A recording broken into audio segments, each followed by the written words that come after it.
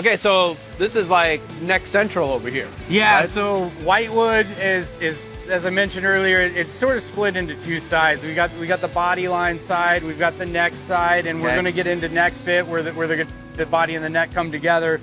But over here we're going to start making a Gibson neck, and you know that open book shape is something that is very Gibson. And a lot of the machines in here are a mix of old, mix of new. We've got machines that are much older than you and I that came from the Kalamazoo plant, like this neck clamp back here, which is where we will be attaching mahogany wing blocks to our neck stock to sort of give us the real estate, to give it that Les Paul shape. I see. Or Gibson shape, I should say. You know, a lot of times we're ultimately going to put a veneer over the peg head face where the Gibson logo and all of that is. Yes. But a lot of people, when you turn over a Gibson headstock, you'll see those two lines. You know, if it's a translucent finish, you can see where those wing blocks are.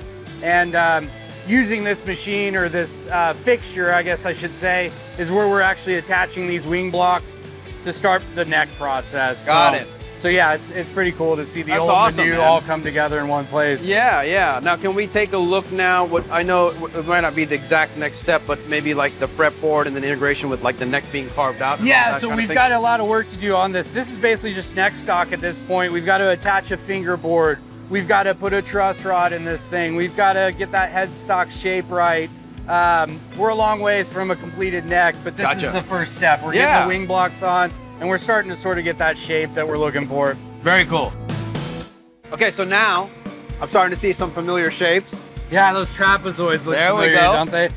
So we've done the radius, we've done our fret slots, we've done our inlays on the raw piece of rosewood in this case. But what we're working towards is obviously frets, binding, a completed fretboard. So what we're doing over here is we're going to install all of our frets using our fret press, and then we're also going to bind the fingerboard and install our side dots. So, you know, a lot of people look at side dots and they'll think, oh, those are just painted on dots. Sure. But we actually will drill holes and hammer the material in there, whether it's you know, tortoise shell or a white, like on a black binding, we'll use white.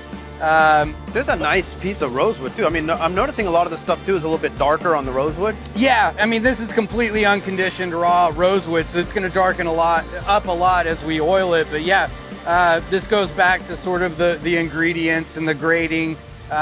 You know, we start with a really solid piece of material to begin with. Yeah. Going to process it, and then later on down the line, we're going to do the neck prep, the oiling, and all of that. But back here, we're doing frets, binding, and getting to a point where we can put a fretboard on a neck.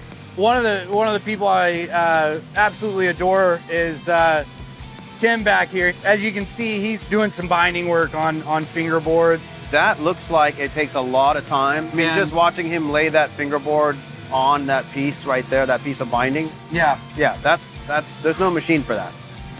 No, you can't replace that process. Wow. I mean, you can do things like you know, machining a piece of wood into a rough shape, and we do some of that here, but the handwork is really what takes everything to the next level. We have to have those processes where we're intervening with the handwork and getting those details refined.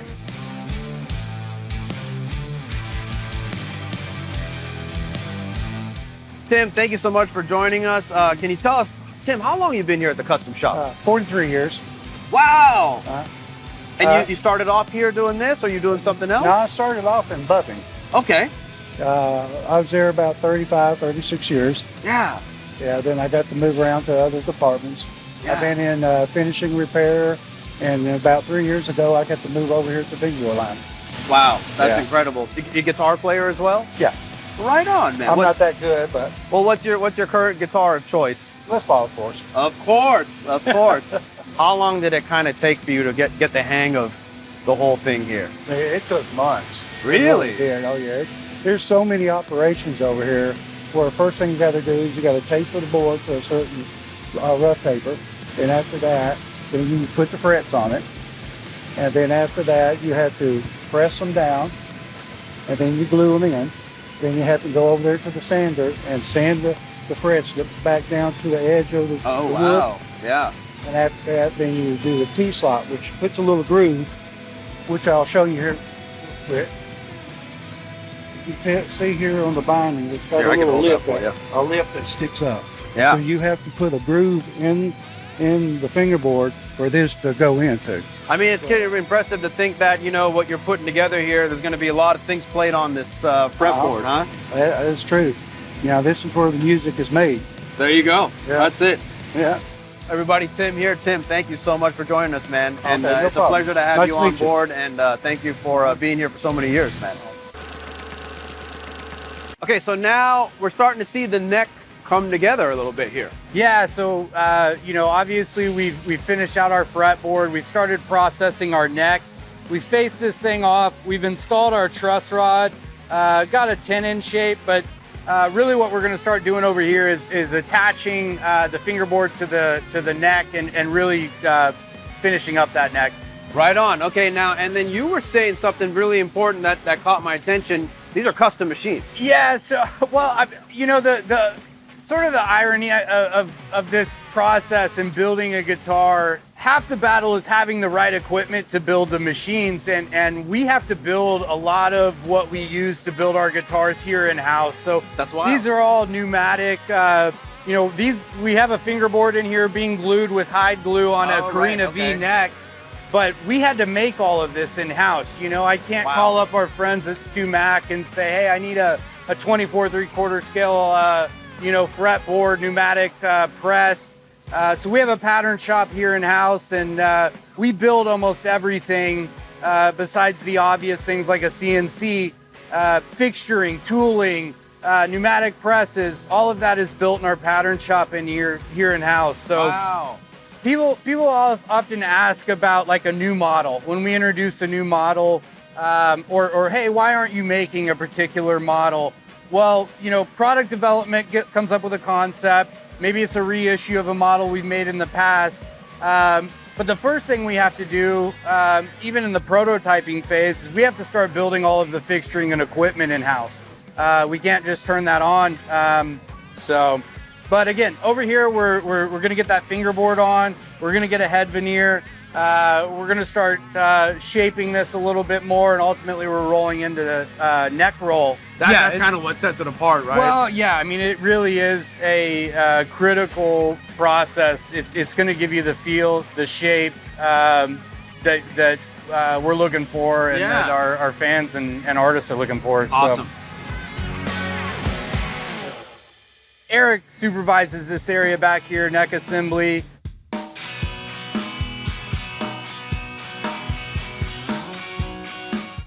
Named after Eric Clapton.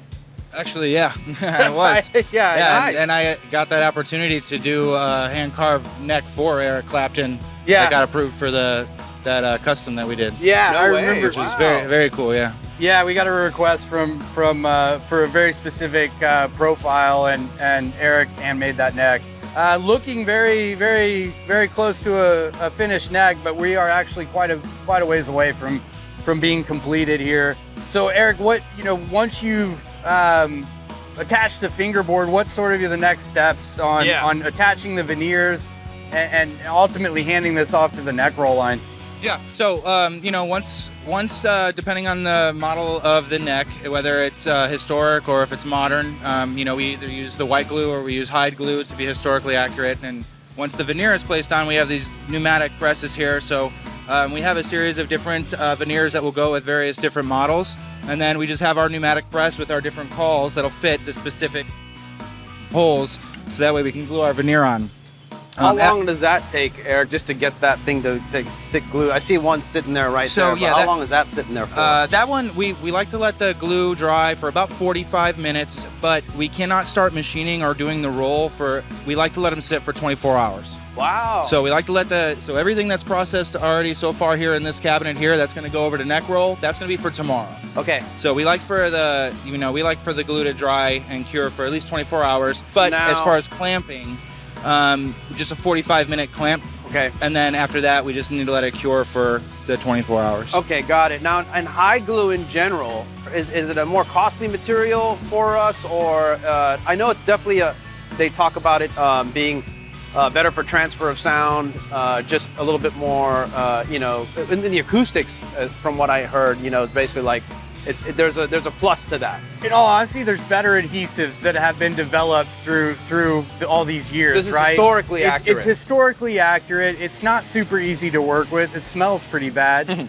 but there is an acoustic element to that. And you know, one of the things that we pride ourselves on are building our golden era guitars the exact same way that they were built back then. Right. And that includes every little detail of hide glue, aniline dyes, you know, all of those little nuances that make Custom Shop unique. But Eric, you play guitar? How long you been here? So I've been at the Custom Shop for 3 years now. Before that, I was building my own custom guitars out of my own shop for about 5 years before that. Okay, so you've been doing this, yeah. Yeah, it is truly my passion. Like the last 3 years, I haven't gone to one day of work, you know, because it's fun. We got the greatest job on the planet, you know. That's awesome. Yeah, and before that, I was a touring musician for almost a decade, and I did that for a very long time, and you know, wanted to have a family and settle down and kind of slow down a little bit, and just Frankensteining my own guitars on the road and stuff, you know, kind of led me down this path of building, and then getting here and having an impact on the product is one of my main, you know, prideful, you know, joys in life is awesome. Being able to have an impact on this great instrument. And, you know, one of the things that my dad told me that will always stick with me is when I got the job at Gibson, you know, it's not just a job, you got a responsibility. Right. You know, there's a responsibility. It's a brand. It's been here long before me. It's going to be here long after. And I want to make sure I leave it, you know, better than I got it. Man. Yeah, well not said. just the brand, but the guitar itself. You know, that's one thing that always trips me out a little bit is like, I'll pick up a guitar in here and think, this guitar is going to be on this earth long after I am, which just kind of blows my mind. Yeah, I mean, just seeing the fretboard and then coming over here, it's like when you start really seeing it come together, like, who's going to play it? What's going to be played on it? Yeah, that's great. And this is, you know, I'm holding somebody's dream guitar right now. You know, this is people save up their whole lives for these guitars, you know, and we owe that to them to make sure that we do it the way that they expect it to be.